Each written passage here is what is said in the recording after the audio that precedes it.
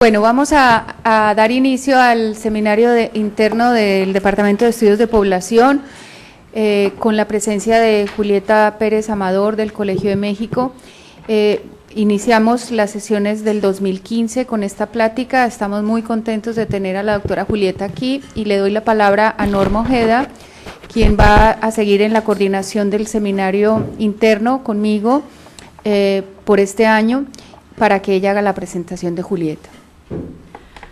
Bueno, pues tengo el agrado de presentarles a mi colega, la doctora Julieta Pérez Amador. Ella es doctora en Sociología, con énfasis en Demografía y en Sociología de la Familia por la Universidad de Wisconsin-Madison. Es maestra en Demografía por el Colegio de México y actuaria por la Universidad Nacional Autónoma de México. Actualmente es profesora investigadora del Centro de Estudios Demográficos, Urbanos y Ambientales del Colegio de México. Durante el año 2010-2012 trabajó en el Luxembourg Income Study como analista de datos para América Latina e investigadora asociada. Dentro de la Administración Pública Federal ocupó el cargo de asesora del presidente del Instituto Nacional de Estadística, Geografía e Informática de 1997 al año 2002 y el de directora de Estadística y Estudios Socioeconómicos en 2007. Es miembro de la Sociedad Mexicana de Demografía, del Population Association of America y de la Unión Internacional para el Estudio Científico de la Población. Sus líneas de investigación giran en torno a la demografía de las familias, del curso de vida y de la desigualdad. Ha escrito varios artículos sobre estos temas, participando en numerosos congresos nacionales e internacionales y dirigido tesis de licenciatura y maestría en la materia. Y tenemos hoy el agrado de escuchar una presentación acerca de una de sus varias investigaciones en torno a la sociodemografía de la familia. Bienvenida, Julieta. Muchas gracias. Muchísimas gracias a todos por venir a este seminario. Muchas gracias por la invitación. A ambas colegas aquí a mis lados. Es muy interesante para mí venir aquí porque ya había venido un par de veces, pero hace bastante tiempo, cuando trabajaba en INEGI precisamente, y de por sí era muy bonito el panorama. Ahora está mucho más bonito. No sé cuándo hicieron esta remodelación, pero es así intimidante. Pero está muy bonito, los felicito mucho. Bueno, es medio difícil transitarnos del genoma y la mortalidad y la salud a los estudios de familia, porque bueno, todos queremos ser saludables y no morir, y en los temas de familia pues no hay como una orientación, ¿verdad? Entonces es como no necesariamente tan fácil hacer esa transición, pero bueno, yo me considero demógrafa de familia. Espero que aquí haya muchos como yo. Sé que Norma lo es. Y bueno, la demografía de la familia simplemente somos los demógrafos que estudiamos lo que no tiene nada que ver, entre comillas, con el nacimiento y la muerte, ¿no? Es todo lo que pasa en el medio, sin la migración necesariamente, ¿no? Pero bueno, pero por ahí pasan muchas cosas dentro que enmarcan los fenómenos demográficos, que ocurren junto con los fenómenos demográficos y que tienen que ver con la sociología o la demografía de la familia. Bueno, entonces yo hoy les voy a platicar sobre algo que probablemente todos estamos conscientes de su ocurrencia como un fenómeno que estamos viviendo día a día, que es sobre el cambio en el patrón de uniones en México, en el sentido de que está aumentando la unión libre bastante, ¿no? Yo creo que voy a tratar de quedarme sentada, pero es muy probable que me levante, entonces a veces no puedo quedarme. Sí, entonces, pero bueno, voy a tratar de ir. Así, aparte que tengo como 3 cosas que monitorear, está medio complicado. Pero bueno, entonces yo les quiero, bueno, ese es el título de mi presentación. La presentación está en inglés y yo voy a hablar en español. Voy a hacer lo mismo que Mary. Espero no tener que tener espero que no sea muy confuso, ¿ok? Bueno, pues miren, el contexto ya les dije un poquito. Cambia ya, pero no cambia aquí, entonces está medio difícil. Okay. Bueno, como les decía, el patrón de nupcialidad en México, desde la segunda mitad del siglo pasado, se podría considerar que fue muy estable. Les digo desde la mitad del siglo pasado porque afortunadamente tenemos muy buenos datos sobre nupcialidad.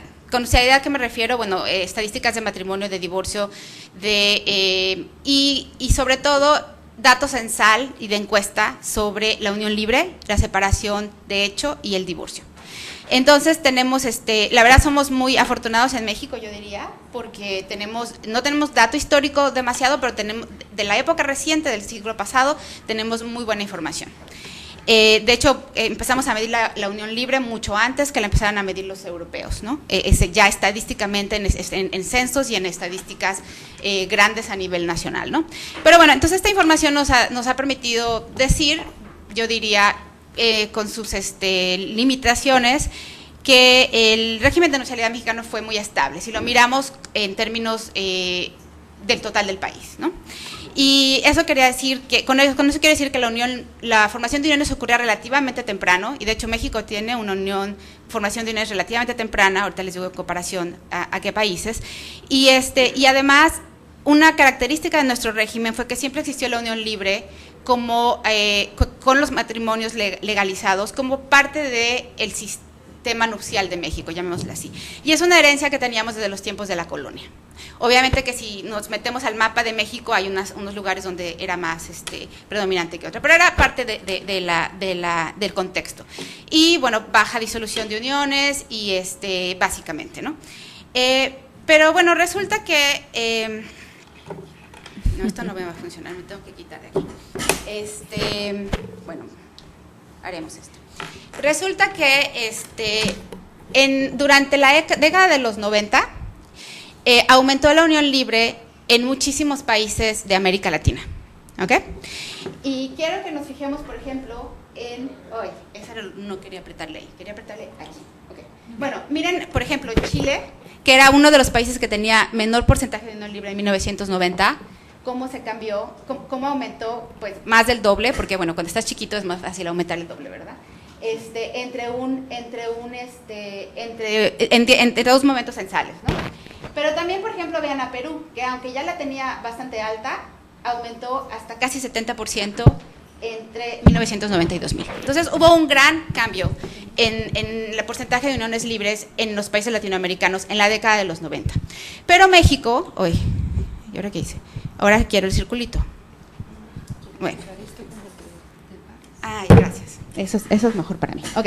Bueno, entonces ya no regreso, ya está el circulito. Ok, entonces miren lo que pasó en México en esos 10 años, ¿no? De 15% subió a 22.9% y se convirtió en el país de toda América Latina con menor unión libre, lo cual es así como, pues, un poco sorprendente. Entonces, bueno, los demógrafos de familia decíamos, no, pues es que esto no puede ser así, o sea, México va a tener que hacer como un catch-up, ¿no? Pero bueno, entonces lo que pasó en la siguiente década, o sea, en la década de 2000 a 2010 en México, de hecho lo esperábamos, pero fue muy sorprendente. Entonces, el nivel de unión libre aumentó más de lo que podíamos haber pensado, ¿no? Creo que me tengo que olvidar de esto porque no va a funcionar. Okay. Entonces, miren, este es el estado conyugal de la población de mujeres de 20 a 29 años entre 1960 y el 2010. Entonces, la barra naranja es el porcentaje de mujeres que viven en unión libre. Y si se fijan, entre el 2000 y el 2010 aumentó de 15 a 24%. Eso es aún considerando todo el espectro del estado conyugal, ¿no? Pero si lo pensamos como porcentaje de la unión libre, esta aumentó de 33% más o menos a 43%. Entonces, un aumento de 10% y fue bastante, ¿no? Y otra cosa que sucedió es que, además, aumentó la unión libre en todo el territorio nacional. Este es el mapa del mismo indicador que les digo, el porcentaje de mujeres en unión libre entre 25 y 29 años a nivel municipal. Ese es el mapa que podíamos ver en el año 2000 y este es el mapa del 2010. Entonces fue un aumento bastante impresionante. Espero que se vea impresionante. Ok. Sí. Bueno. Pero también otra cuestión que pasaba con la unión libre es que la unión libre era como característica de los sectores socioeconómicos más desfavorecidos de la población. Y eso es medido ya sea por la ocupación del padre de las mujeres o del esposo de las mujeres, trabajos de norma demostraban eso.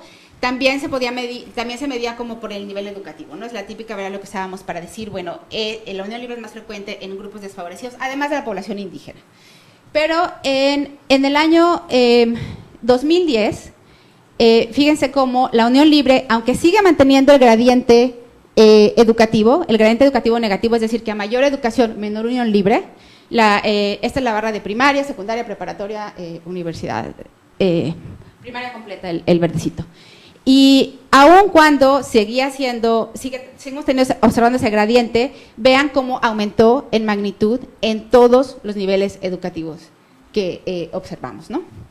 Entonces, como que digamos que se está expandiendo en el territorio, pero además se está cruzando como barreras socioeconómicas, ¿no?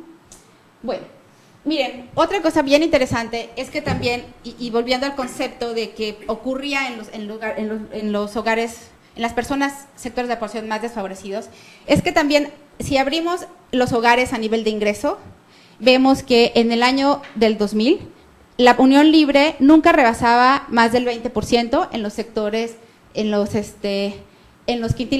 deciles de ingreso más bajo, y nunca iba a pasar como el 10% en los más altos, ¿no? Entonces, miren lo que pasó en 10 años. Entonces, sigue siendo baja la unión libre porque, digo, no tenemos, pero alcanzó el 30% en los deciles más bajos de ingreso, y aquí, incluso en los más altos, rebasó ya el límite del 10%, ¿no? Entonces, se expandió así como, por varias maneras como lo podamos pensar, está como expandida, ¿no? Bueno. Ahora, tenemos muchas encuestas, como yo les decía, que nos permiten analizar la unión libre desde muchas maneras. No todo lo que les acabo de presentar son datos censales, ¿no? O de encuesta de corte transversal. Pero tenemos mucha información en México, somos afortunados, de encuesta de tipo longitudinal, ¿no? Bueno, ustedes son están familiarizados con la EDER, y entonces, bueno, la EDER nos permite observar la historia de uniones y la trayectoria de uniones y de muchos otros eventos demográficos de 3 cortes diferentes en el tiempo, ¿no? Esta es la de 2011, y cuando uno piensa en la unión libre, en la transición a la primera unión, como les mencionaba, y cuando abarcamos la unión libre y el matrimonio, pues podemos decir que no ha habido grandes cambios en la entrada, en la transición a la primera unión o la entrada a la primera unión conyugal, cuando tomamos en cuenta ambas, ¿no? Pero si refináramos este indicador a decir, a ver, estas son uniones libres con matrimonios, a ver, ahora vamos a ver solamente los matrimonios legales, ¿ok? Y entonces miren lo que pasa. Si observáramos solo los legales, entonces sí observamos un gran cambio, y si esto yo se los abriera por nivel educativo sería más, pero bueno, no tenemos tanto tiempo. Si se fijan, la cohorte más joven, aquellos jóvenes nacidos a los finales de los 70 y principios de los 80, ya tenemos el 50% de la población femenina que a los 29 años no ha entrado en un matrimonio de tipo legal. Pero recuerden que si tomamos en cuenta la unión libre, estamos hablando de solamente 20% que no entra en una unión conyugal. Entonces, obviamente, la resta si pudiéramos como restar esas dos gráficas, es la unión libre, ¿no? Entonces, ese cambio que decimos que hay una estabilidad, más bien es un cambio que está oculto en una transformación de la estructura de la unión, entre unión libre y matrimonio legal, ¿ok? Bueno, entonces, la NADID, que es una de las encuestas que también nos ha permitido estudiar las historias de uniones junto con la encuesta mexicana de fecundidad de 1976, esa también nos permite ver, y de hecho la EDER 2011 no lo permite, pero la EDER anterior no lo permitía, ver el tránsito, ¿no? Cuando uno entra en unión libre, es muy probable que esas uniones se conviertan en matrimonios. Y esa era una característica del régimen también de nupcialidad mexicano que olvidé mencionar al principio. Bueno, cuando uno analiza, ¿quién entra en matrimonio? ¿Quién entra en unión? Y los separamos en 3 grupos. Los que entran en matrimonio directo, que son los azulitos, los que entran en cohabitación directa, que son todos los llamémosle anaranjados. Podríamos ver a lo largo de observar estas mujeres, bueno, las observamos retrospectivamente, recuerden, porque es la ENADI. Vemos que esta barrita es el porcentaje de estas uniones libres que después se convirtieron en matrimonio, al menos al momento de la encuesta. ¿Okay? Aquí no estamos refinando por problemas de censoring.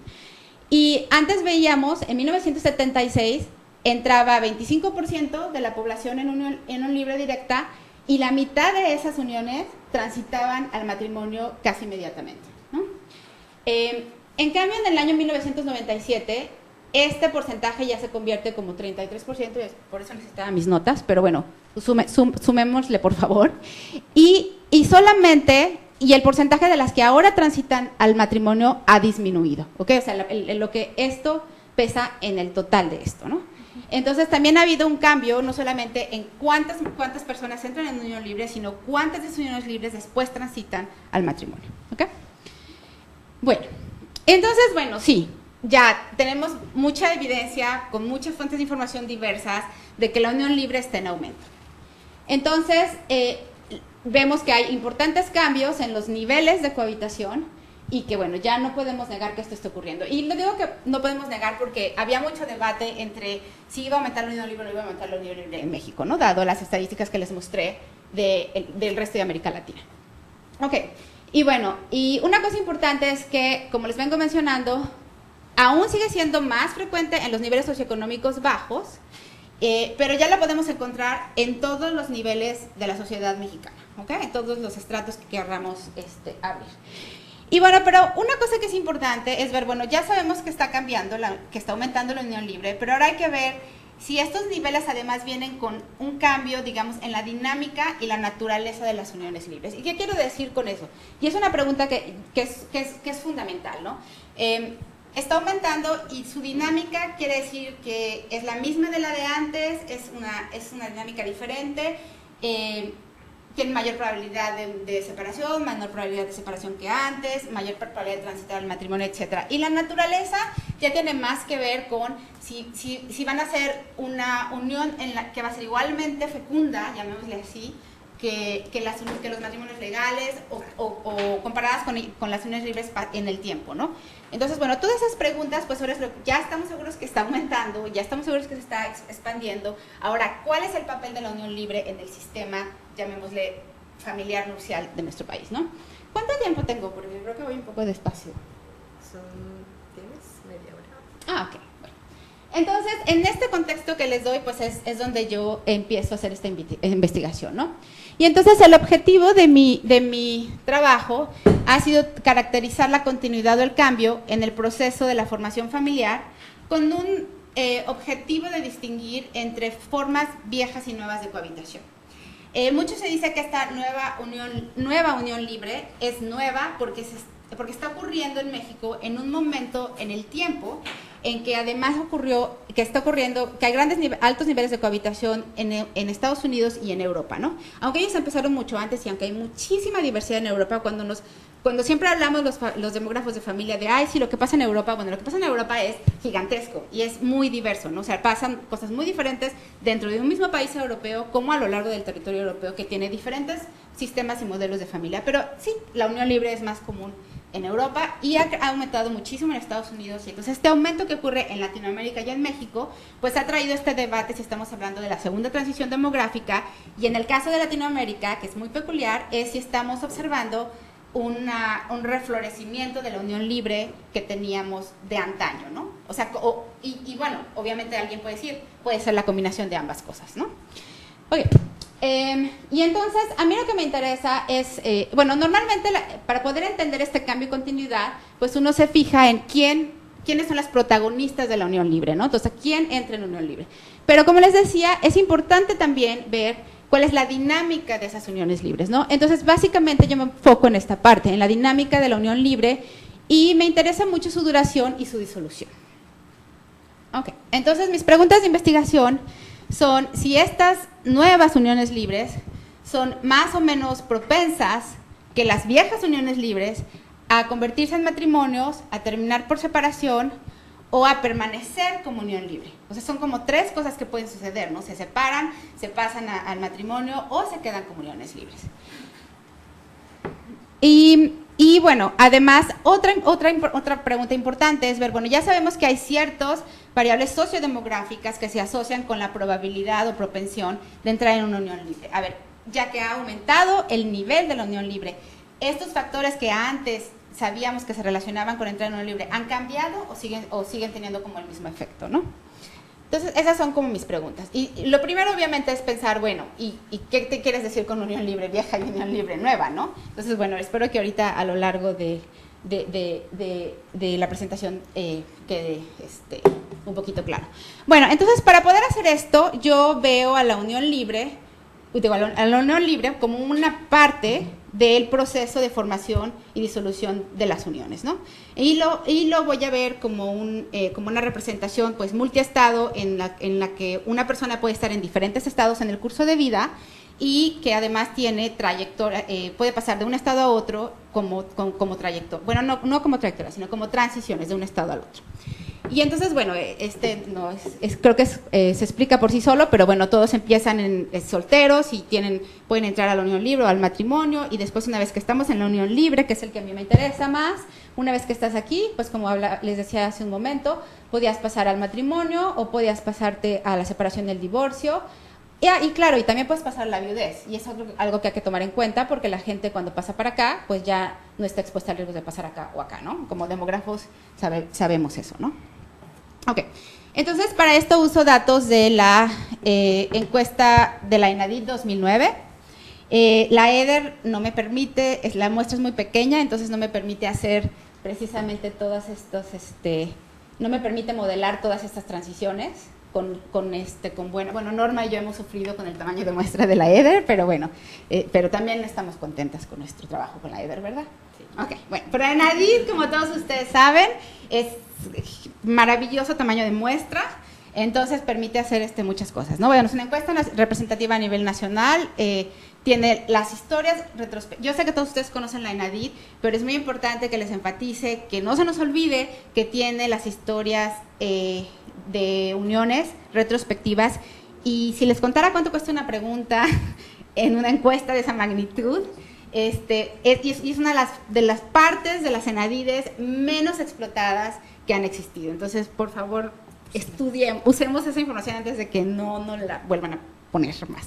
Ok, la muestra, belleza muestra de 100,000 mujeres, de 100,000 y 500 tantas mujeres.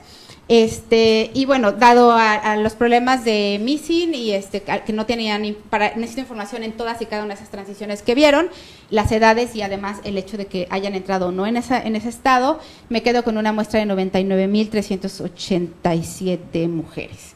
Y solamente voy a analizar primeras uniones. La ENADIT de 2009 nos reporta como 9.5% de mujeres que entraron en una segunda unión.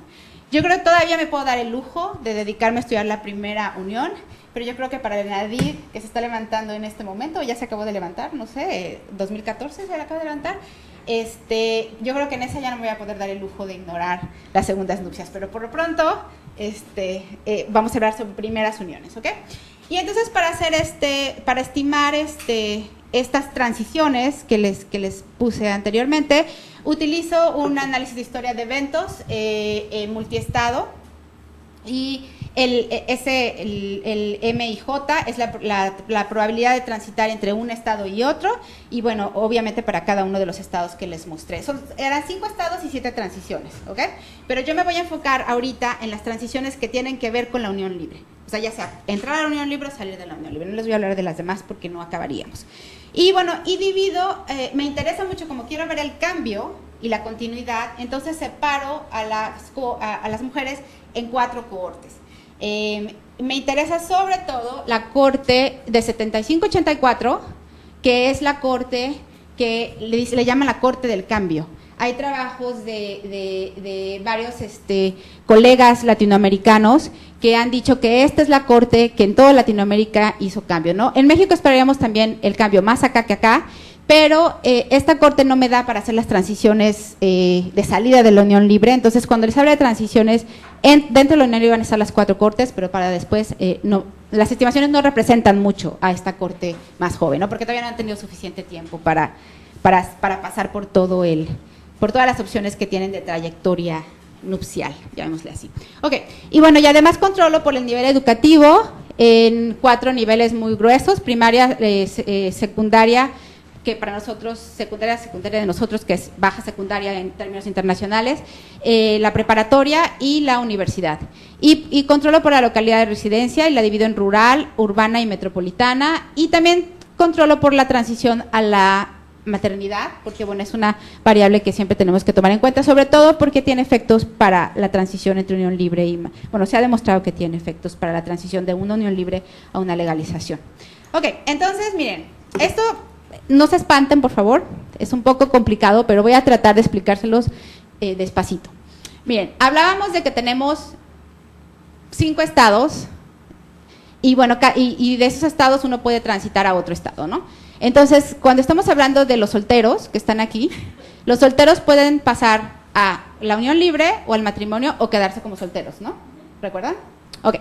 Bueno, entonces, eso es el número de casos, en muestra. Este es la duración en el estado. Es el único que podremos estimar como con mucha exactitud, digamos, es esta, ¿no? Que es el 23.65. Es como la esperanza de vida de quedarse en el estado 63, en el estado soltero, ¿no? O decir que a los 23 años en promedio se transitó se salió del estado nunca unido, ¿no? Pero bueno, pero más que nada quiero que nos enfoquemos en esta línea, que es la línea que nos da la probabilidad cruda. Es la probabilidad cruda de pasar de un estado al otro, y es cruda porque aquí no estoy todavía ocupándome del censoring, ¿ok? De aquellas personas que al momento de la encuesta no les ha ocurrido el evento, ¿ok? Bueno, entonces miren, observen que la entrada en unión libre es ¿dónde está? Aunque ha aumentado bastante, sigue siendo menos probable entrar en unión libre que entrar en un matrimonio civil, ¿ok? Bueno, pero miren, aquí es donde vamos a tener toda nuestra atención. Esto no quiere funcionar, ok, ya. Y me van a tener que creer, porque imagínense si les trajera la que calculé en 1997, sería como, no sabría ni cómo ponerlas, ¿no? Pero bueno, ahora, cuando uno está en unión libre, puede quedarse en unión libre, pasar a un matrimonio o pasar a la separación, ¿ok? Entonces aquí vemos que lo más probable que te suceda es que te quedes en la unión libre, pero sigue siendo muy probable que pases al matrimonio, y también es probable que pases a la separación y al divorcio, ¿ok? Pero esta gráfica, esta misma matriz, calculada en 1997 con la ENADI de 2007, mostraba estos dos estaban al revés. Era más probable que pasaras al matrimonio a que te quedaras en la unión libre, ¿ok? Y ese es uno de los cambios más importantes que ha habido, ¿ok?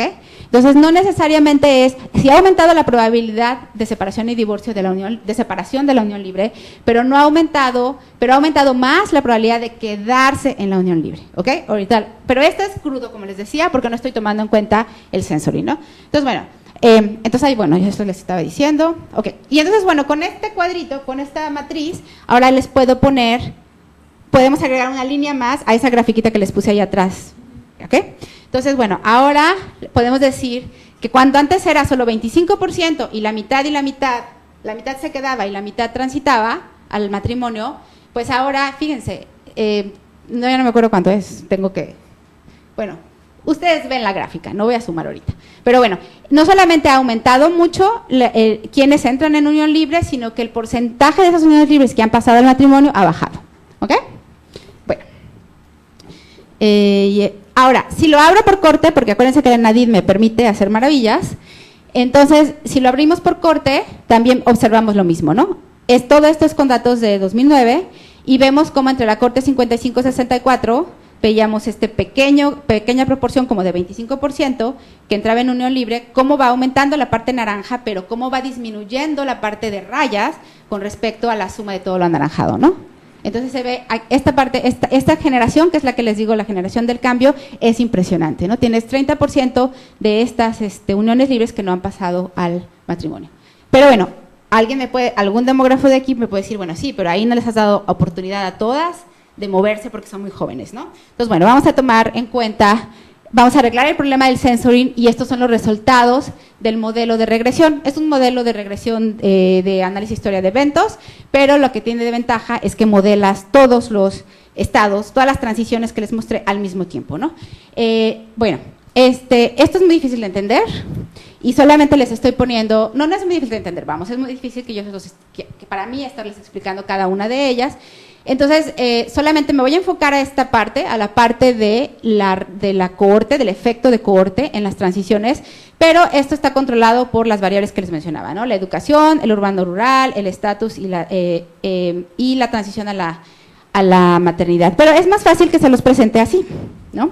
Con las probabilidades predecidas de esos modelos de que ocurra la unión libre, ¿no? Entonces, esta es la transición de la probabilidad de transitar, es el hazard de transitar de la soltería a la unión libre, ¿no? Entonces vemos cómo ha aumentado impresionantemente la probabilidad de entrar en unión libre entre las cohortes, ¿no? Esta es la cohorte más envejecida, esta es la cohorte más nueva y vean el gran salto, ¿no? Y además hay algo importante, o sea, cuando decíamos que en México no aumentó tanto la unión libre de los 90, sí aumentó un poquito porque se ve como que estas dos curvas están más juntas y estas dos están más juntas, pero obviamente el nivel de acá es bastante alto, ¿no? Entonces, estas son las probabilidades predecidas que salen del modelo, ¿no? Del modelo de historia de eventos, ¿ok?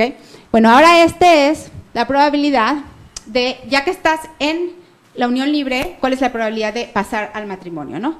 Y entonces aquí vemos que las que tienen menor probabilidad de pasar al matrimonio es la corte mucho más joven, pero aquí les decía que ojito porque aquí sí, con todo y que el método nos permite tomar en cuenta el censoring, de todos modos son tan pocos los casos en esta cohorte que no le debemos de hacer caso. Entonces olviden la rayita moradita y más bien veamos las rayitas de las siguientes tres cohortes, ¿no? Y vemos que a través de la cohorte más envejecida tenía mayor probabilidad, que es la azul, mayor probabilidad de transitar al matrimonio, o sea, de legalizar esa unión, y que conforme aumenta la edad, ha bajado esa probabilidad, ¿no? O sea, esas uniones libres tienen menos probabilidad de convertirse en matrimonios, ¿ok?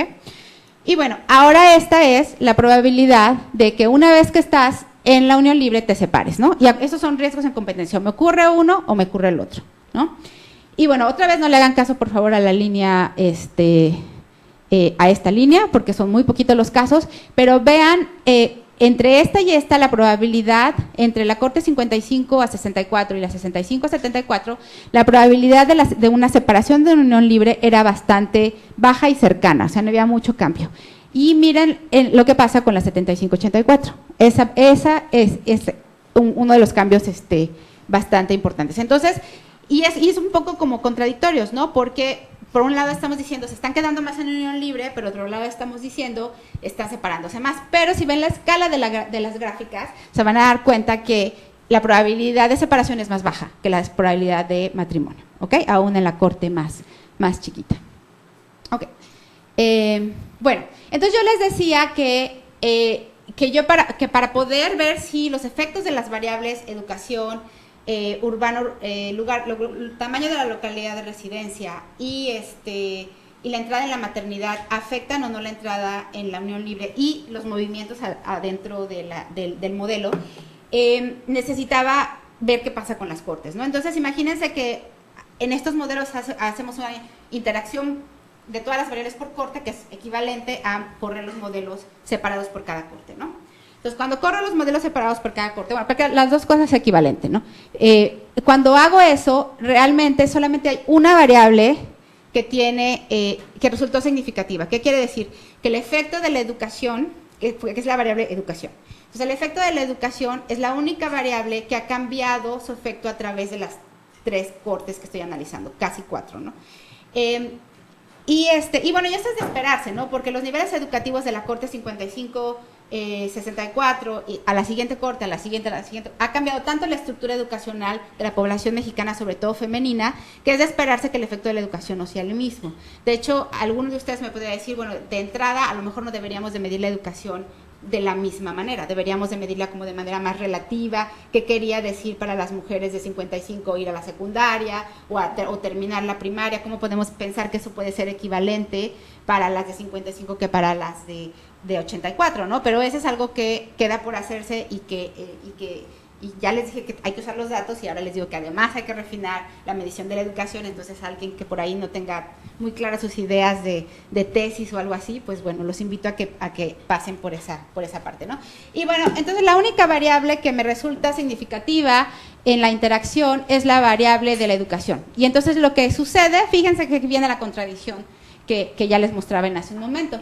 Sucede que antes las mujeres que tenían universidad y que habían nacido en 55-64, que imagínense cuántas son poquitas, ¿no? Pero aún así es significativo el efecto de la universidad y significativo el efecto de la interacción. Bueno, para ellas tenían 76% menor riesgo de entrar en una unión libre comparadas con las mujeres que tuvieran primaria.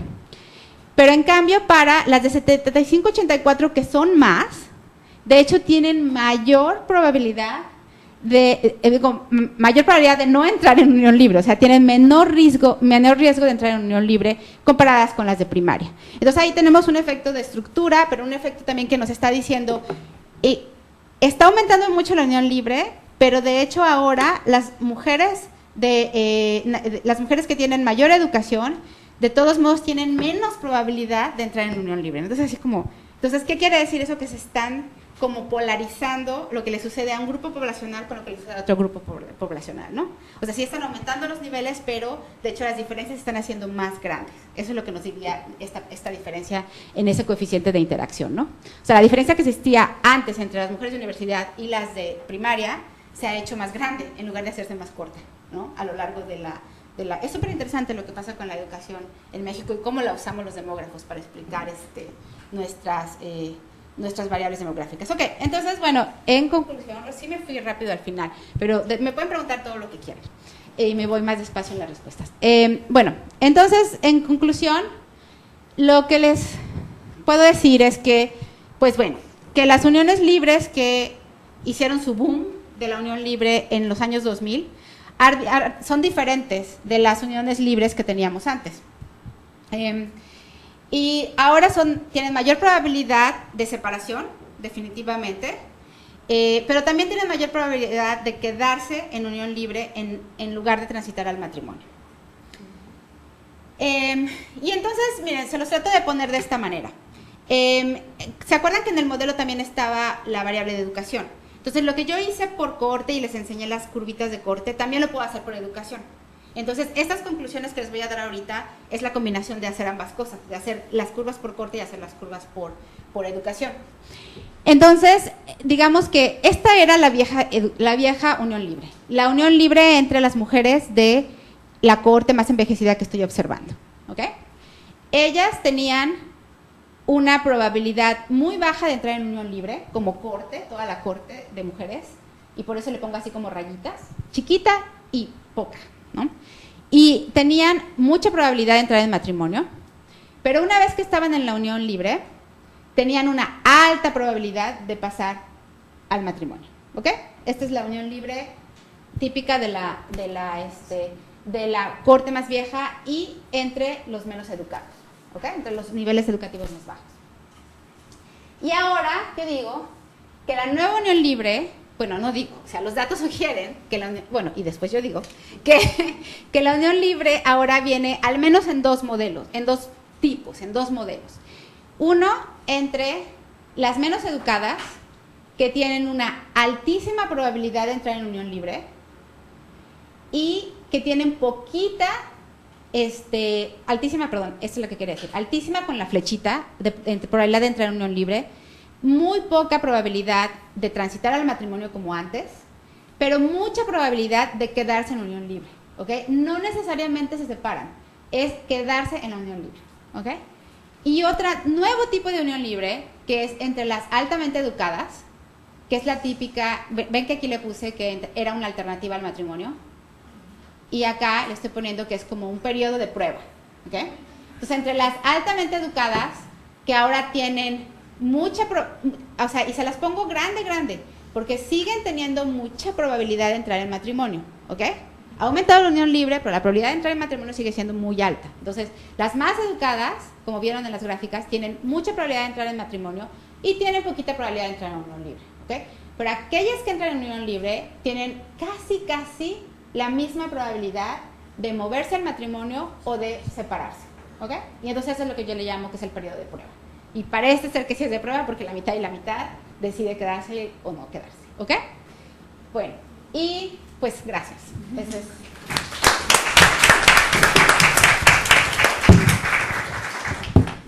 Muchas gracias, Julieta.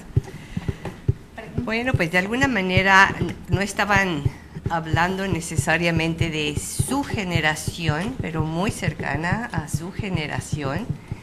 Así que, pues no sé si tienen preguntas muy concretas, específicas acerca de las probabilidades de su generación de hacer estas transiciones a lo largo de su curso de vida. Entonces, está abierto a Carolina. Bueno, no conozco muy a fondo el tema, pero yo tengo una duda. Los costos del matrimonio, pagar al juez, los análisis sanguíneos y todo lo que conlleva, también no es un factor de que las mujeres que están menos educadas, pues regularmente tienen niveles de ingreso más bajos y probablemente también por eso se mantienen en la unión libre. ¿Juntamos varias o vamos una por una? Ya. Bueno, yo creo que se desarrolla un trabajo que es muy particular, pero en el caso de los adultos mayores. Entonces yo quisiera saber si tal vez llegaste a alguna conclusión, qué es lo que sopesan las mujeres. El micrófono. Es que no se está grabando, disculpen. Entonces, ¿qué es lo que sopesan las mujeres a la hora de decidir o no entrar a la unión libre? No sé, tal vez la familia, si la estructura familiar influye, o también los costos económicos que tiene casarse o no casarse. No sé si llegaste a alguna conclusión. ¿Alguna otra pregunta para hacer, Paola? Le pasas, por favor, Yo tengo una pregunta que tiene que ver con una pregunta que lanzó al principio de su presentación. ¿Cuál es el papel de la unión libre en el sistema de formaciones familiares en México? Bueno, vimos como las tendencias, pero a mí me gustaría conocer un poco de su opinión al respecto de las razones, ¿no? ¿Qué hay detrás de lo que nos dicen los datos? Es decir, vamos rumbo a la segunda transición demográfica, hay otras causas, entonces me gustaría un poco conocer su opinión al respecto. Gracias. ¿Qué parece si contestamos tres? Me parece muy bien. Bueno, me parece un punto muy importante el que, de hecho, las tres mencionan un poco algo sobre bueno, el énfasis de qué quiere decir esta unión libre en términos de las percepciones de las mujeres, etcétera y demás, y para eso les recomendaría, hasta donde yo sé, el único artículo que ha tenido encuestas a profundidad específicamente sobre la unión libre, que es el artículo de Norma de las mujeres de secundaria, con los estos focus groups que hiciste, ¿no? Sí. Pero es solamente Tijuana y San Diego, ¿no? Pero es muy interesante y básicamente, bueno, más bien sería muy padre que mejor tú nos dijeras. Entonces, esa parte no la voy a contestar. Pero bueno, sí, efectivamente, el dato demográfico pues nos habla de las tendencias, los niveles, y también tratamos de ir por las explicaciones, claro. Pero sí está algo que tal vez los demógrafos de familia en México digamos que no hemos evolucionado hacia esa perspectiva, aunque estamos tratando, es esta idea de combinar toda la información que existe sobre actitudes y preferencias de la población, porque sí existe la información en México. De hecho, con las primeras encuestas de fecundidad siempre se preguntaron cuestiones sobre qué piensa usted de si las mujeres tienen que trabajar o no, qué piensa usted si los hijos son más importantes que ir a trabajar, qué piensa usted sobre el divorcio, qué piensa usted sobre cuáles son los motivos por los cuales es aceptable el divorcio, etcétera y demás. Y ese tipo de preguntas existen desde las encuestas de 76, porque nos lo marcaba pues la tendencia internacional, ¿no? Y son muy poco exploradas, entonces por ahí les mando otro tema, les saco otro tema para que... Y además México es parte de la World Value Survey, la encuesta mundial de valores. Y también ahí preguntan muchas cuestiones sobre familia, que son difíciles de amarrar, porque obviamente uno tiene aquí el dato y no observas a los individuos, pero te sirven de un monitoreo de la sociedad, ¿no? Entonces es algo que yo diría que nos hace falta un poco. Pero lo que sí les puedo contestar son las otras dos partes. La parte bueno, el costo del matrimonio ha sido como muy difícil de identificar, y se podría pensar, al menos para nosotros los demógrafos, pero se podría pensar que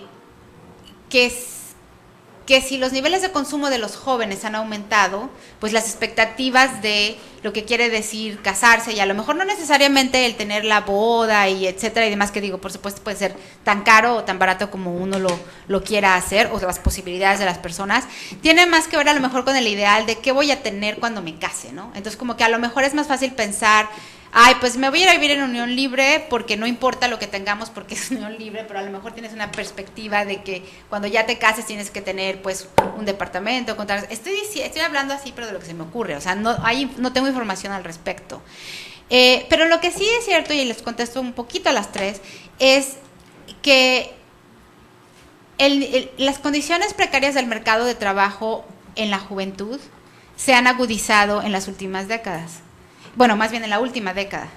Entonces, y es una paradoja y una contradicción, porque mientras han aumentado los niveles educativos mucho, han aumentado más en las mujeres que en los hombres. O sea, la diferencia que había en niveles educativos entre hombres y mujeres casi se está acabando, por lo menos al nivel secundaria.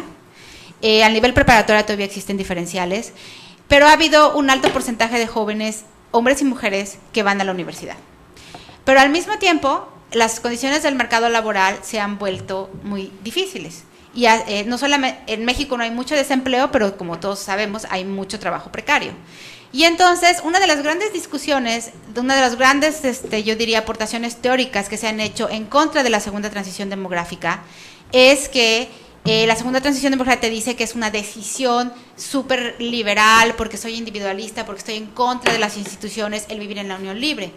Y no solamente se ha debatido en Europa, a lo largo del continente europeo, pero en algunos países se ha debatido que en ciertos sectores de la población la gente sí quiere casarse. Es más, los que vayan a ir a San Diego mañana, vayan a la presentación de una demógrafa de Wisconsin también, que se llama Jennifer Holland, que va a hablar sobre la unión, sobre que los nórdicos, y creo que específicamente está hablando sobre Noruega, que es el país que tiene más unión libre y de más tradición, sí quieren casarse. Todos quieren casarse, el problema es que les parece que es caro precisamente, ¿no? Entonces, el punto es que tiene mucho que ver la condición de los jóvenes, la condición socioeconómica de los jóvenes, ¿no? Entonces, no solamente en México es muy difícil ser soltero por mucho tiempo, y siempre digo eso, y espero que esa cámara no la esté proyectando hacia mi mamá y mi familia, pero yo siempre les platico que como... Y además que hay grandes diferencias de género, ¿no? Yo sé que ustedes son de una generación mucho más joven, pero en mi generación por lo menos, y es muy chistoso porque tengo varios personas de mi generación, de mi mismo nivel educativo, que tenemos hermanos hombres y mujeres, ¿no? Y fíjense que todas las mujeres salimos del hogar paterno relativamente temprano, pero los hombres hay unos que siguen en el hogar paterno. Y es porque hay una diferencia de género impresionante, que es muy fácil ser soltero hombre, pero no es tan fácil ser soltera mujer. ¿Por qué? Porque cuando estás altamente educada, entre comillas, y empiezas a trabajar, en muchas familias hay que aportar dinero al hogar, lo cual está muy bien, no estoy en contra de nada de eso, a todos los niveles obviamente mantengamos las distancias, por favor, de los niveles socioeconómicos, porque bueno, pero piensen que los hombres solteros, que obviamente participan en el mercado laboral y dan dinero a la casa, tienen libertad total de hacer lo que quieran hacer en la vida, ¿no? O sea, pueden salir, venir, volver, nadie les pregunta nada, pero en cambio las mujeres no podemos, ¿no? Las mujeres tenemos que pedir permiso, si no llegas a dormir es un escándalo, etcétera. Entonces, lo que quiero decir que no es fácil ser soltero en México. Entonces, en México no hay un incentivo, porque no vivimos fuera del hogar paterno, o sea, no es fácil. Entonces, una de las cosas que yo, de hecho, en mi tesis de doctorado traté como de explicar de alguna manera, es que las relaciones entre padres e hijos tienen mucho que ver en el tiempo del matrimonio, sobre todo para las mujeres. Entonces ahora, si combinas esas dos cosas, que es una condición difícil en el mercado laboral, con un poco de incertidumbre en los jóvenes, aparte la globalización es algo que le está pegando a todas las sociedades, a todos los jóvenes en todos los países, se ha vuelto muy competitivo el mercado laboral, y si lo combinas con unas relaciones de padres e hijos que son diferenciadas por género, sobre todo, entonces tienes como que, bueno, pues o sea, como que no es tan sencillo quedarse en el hogar paterno por mucho tiempo, llamémosle de esa manera. Entonces, mejor una mujer altamente educada, como que tiene mayor poder de negociación, eso es lo que estaba buscando. Tendría mayor poder de negociación con una pareja de la misma educación que seguir negociando con los papás, ¿no? Entonces, esa es una de las teorías que digo, al que la quiera probar, adelante. Yo he tratado, pero obviamente no hay datos.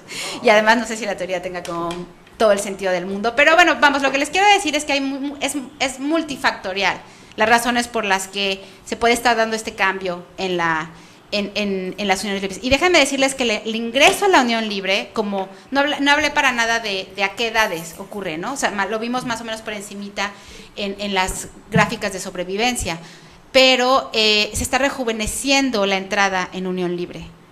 O sea, en lugar de aumentarse la edad, si vemos la edad a la unión, ven que no hay cambios. Si vemos la edad al matrimonio, se ha retrasado bastante, al matrimonio legal. Pero si observamos la edad promedio, la edad mediana de entrada a la unión libre, esa de hecho ha tenido la tendencia opuesta. Se ha rejuvenecido la edad a la entrada en la unión libre. Entonces estamos hablando de un cambio. Entonces, no sé, ustedes son los jóvenes, ustedes contéstenme a mí más bien.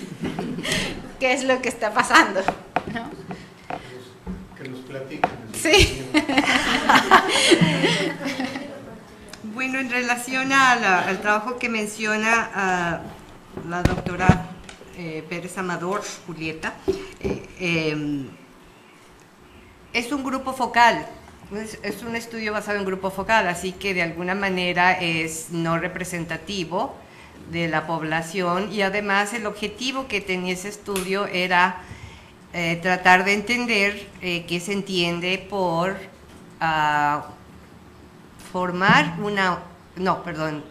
entrar en pareja fuera del matrimonio. Esa era la pregunta. No se hablaba ni de unión libre ni de cohabitación, justamente para identificar el significado, cómo lo definen.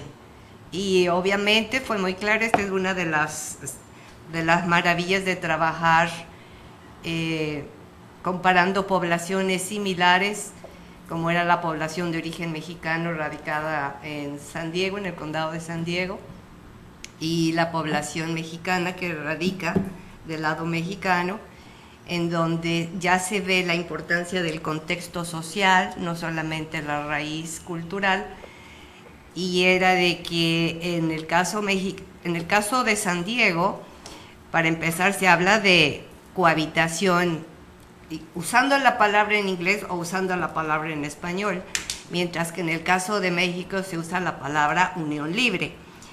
Y interesantemente, además de los dos conceptos diferentes, muy interesantemente están identificados con propósitos distintos. En el caso de San Diego, las jóvenes lo ven como una etapa de su vida esperada, que esperan en su transición a la adultez y en la exploración de su sexualidad, o sea, el vivir con alguien en pareja sin necesidad de estar pensando en formar una familia. Mientras que en el caso de San Diego, de Tijuana, perdón, la unión libre se veía como algo más ambivalente, como esta posibilidad de explorar, formar una pareja, explorar la sexualidad, pero es los menos. La mayoría de las chicas en el grupo focal se enfocaban más a la parte de formar una familia sin exponerse al riesgo de tener una mala pareja que las va a golpear, que les va a exigir y que después se van a tener que divorciar y deshacerse de ese hombre malo. De alguna manera usaban en su léxico porque eran chicas de secundaria. Entonces te está hablando de que en el caso mexicano hay todavía este bagaje cultural de iniciar una vida en pareja para ver si se puede continuar hacia la familia. Entonces, bueno, no sé si eso responde, ya si estamos en una segunda transición demográfica o no, es más complejo. Pienso que habría que hacer más estudios de carácter cualitativo para tratar de entender los significados asociados a esto. Y de manera, aprovechando la oportunidad que me da Julieta, hay un estudio que se hizo después usando información de la encuesta de Baja California que llevó a cabo la profesora Yolanda Palma, de población de 18 a 29 años de edad, donde se exploró, ahora sí, para el caso de las mujeres de Tijuana, nada más, algunas diferencias en términos del comportamiento de los jóvenes de Baja California en unión libre versus aquellos en matrimonio. Y algo que a mí me llamó mucho la atención, y es una pregunta que le quiero presentar a Julieta, es acerca de el papel de la fecundidad en la unión libre de hoy en día. En ese estudio se encontró de que tanto los jóvenes en matrimonio como los jóvenes en unión libre, la mayoría de ellos tienen hijos, y en ese sentido hay una cuestión como medio de continuidad, de que la unión libre, tal vez porque les falla el método o porque se enamoran mucho, o quién sabe qué, pero siguen siendo igualmente fecundas. La unión libre de hoy como la de antes, bueno, está mal dicho igualmente fecundas, porque no medimos el tamaño de la fecundidad, sino el inicio de la fecundidad.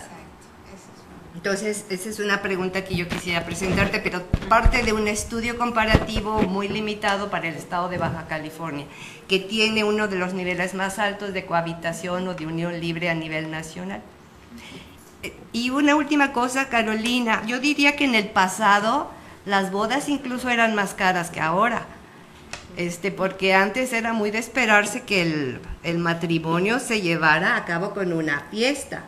Hoy en día la unión civil puede ser, o sea, no se ve tan mal que te cases y no invites a la boda, porque hay menos gente que se está casando por la iglesia, eso sí es totalmente evidente. Y antes el asunto de la boda por la iglesia era obligado. Entonces, en términos de costos, yo diría que a lo mejor los costos asociados al bodorrio ha bajado en comparación a las generaciones anteriores. Ese es un punto muy importante. Yo más o menos lo mencioné, pero creo que lo pasé demasiado rápido, que es cuando les quería decir, cuando les hablé de la naturaleza. ¿Cuál es la naturaleza de la unión libre ahora? Y básicamente hay muchos trabajos en Europa, en Estados Unidos, que a esto, que una de las aproximaciones que usan, uno de los indicadores que usan para ver qué papel juega la unión libre en el sistema familiar es precisamente el de la fecundidad. Es si son uniones tan iguales a los matrimonios en el sentido de formar una familia, ¿no? Y fíjate que hay un artículo de Patricio Solís en la revista Coyuntura Demográfica que salió hace 2 números, me parece, donde él dice que son más, no me acuerdo las palabras exactas, él siempre usa palabras muy chistosas, pero dice algo así como igual de revoltosas, dice más revoltosas, pero igual de fecundas, algo así. Esa es mi interpretación de su artículo, que nos dice que las uniones libres son más revoltosas, que es como que yo les estoy enseñando, ¿no? Son más dinámicas, yo les digo dinámicas, ¿no? Sí. Pero que son más fecundas. Y aunque utiliza las herramientas estadísticas y demográficas adecuadas, y de hecho a mí me encantaría que abriéramos esta discusión, yo siento que hay un problema cuando estamos comparando las uniones libres con los matrimonios, porque aunque tomes en cuenta la duración de las uniones, no puedes tomar en cuenta, porque no podrías, en un modelo continuo, tomar en cuenta a qué edad iniciaron, o sea, no podrías meter el tiempo de duración de la unión y la edad cambiante en el tiempo al mismo tiempo. Sí. ¿Me explico? Sí. O sea, o tienes que tener un tiempo inicial de la unión y vas diciendo, va durando la unión de esta manera. Pero ese momento inicial, 1 año de duración, 2 años de duración, 3 años de duración, es el mismo para alguien que la inició a los 15 años como para alguien que la inició a los 30 años, ¿me explico? Porque así medimos los demógrafos, la duración de las uniones. Entonces, cuando uno saca el indicador de la fecundidad, de cuántos hijos tienen las mujeres en una y otra unión, siempre lo refinamos por la duración de la unión, porque así es como debe de ser, ¿ok? Pero se nos olvida que esa duración de la unión de 1 año en una chica que empezó a los 15 es 20, de 16, lo que sea, y alguien empezó a los 30, es 31. O sea, si me explico, estamos refinando nuestro indicador como demógrafos de manera correcta, pero acá se nos está moviendo una cosa muy importante. Entonces, cuando uno para la duración 5 de una unión y dice, son igual de fecundas las uniones libres que los matrimonios, esperen un momento, porque los matrimonios empezaron más tarde. Las mujeres han tenido menos tiempo de exposición al riesgo de tener hijos, aunque estemos midiendo la duración, me explico, se nos combina el calendario biológico, no sé cómo, la edad de la mujer con la duración de la unión. Entonces, como que tenemos que medirlo de otra manera. Tendríamos que agarrar a estas mujeres, independientemente de la duración de su unión, bueno, es que no puede ser independientemente, porque tienen que estar en unión, pero de alguna manera, agarrarlas más allá, a duraciones más largas y como refinar, no sé, a ti se te puede ocurrir algo. No sé, algo así. Pero, ¿sí me explicó? O sea, estamos haciendo la comparación correcta, pero no estamos haciendo la comparación correcta. Sí, una de las cosas que en el estudio de Tijuana se hizo, afortunadamente, Yolanda tenía por objetivo más el análisis de la sexualidad y el comportamiento reproductivo, fue cosa que en demografía interesantemente no examinamos, que es la edad al inicio de las relaciones sexuales, que no necesariamente va a ser la misma que la edad a la unión. En fin, ¿alguna otra pregunta, Yolanda? Nada más hacer una aclaración, la encuesta también se hizo en varones. Sí. Ay, qué bueno. Sí, se hizo en varones, lo que pasa es que no se ha explotado. Entonces, espero que pronto vamos a tener una persona que hablando sobre el tema. Perfecto. Ay, qué bien, qué bien. Muy bien. ¿Alguna otra pregunta para la doctora Pérez Amador o comentarios sobre la unión libre?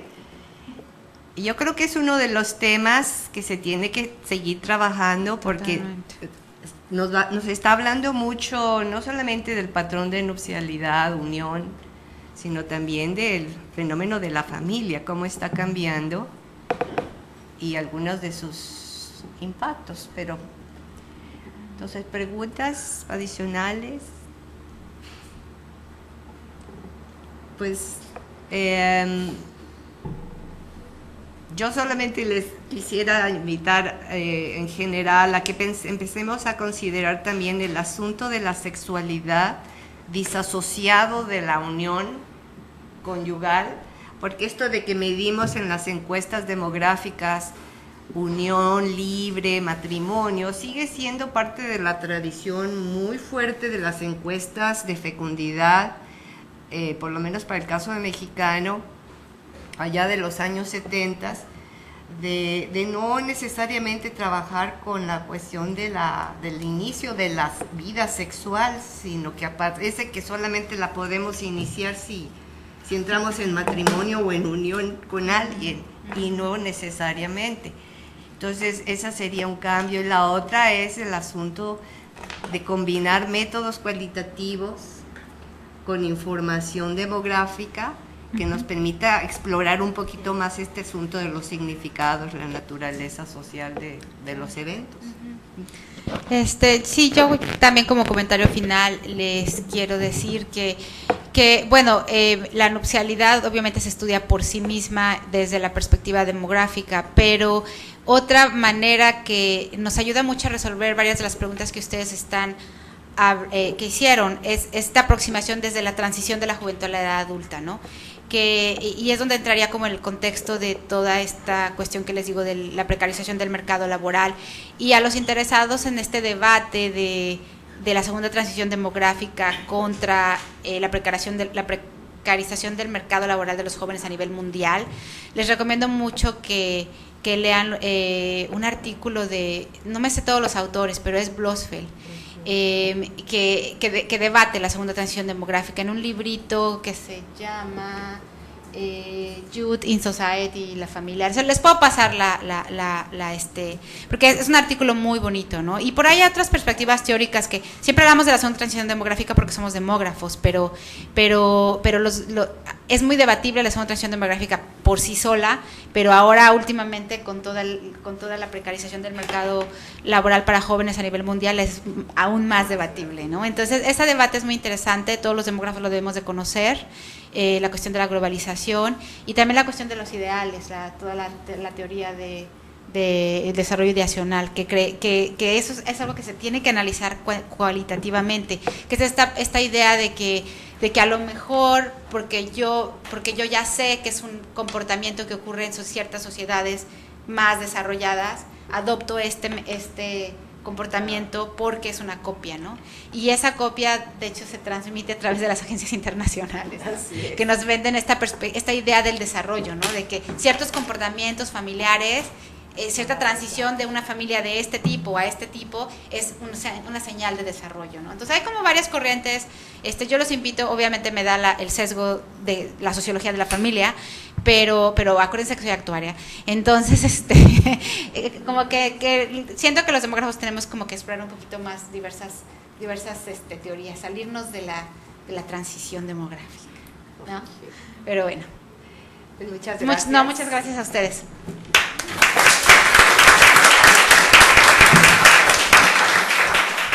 Silvia, ¿quisieras decir algo? Damos por cerrada la sesión del seminario. Muchas gracias.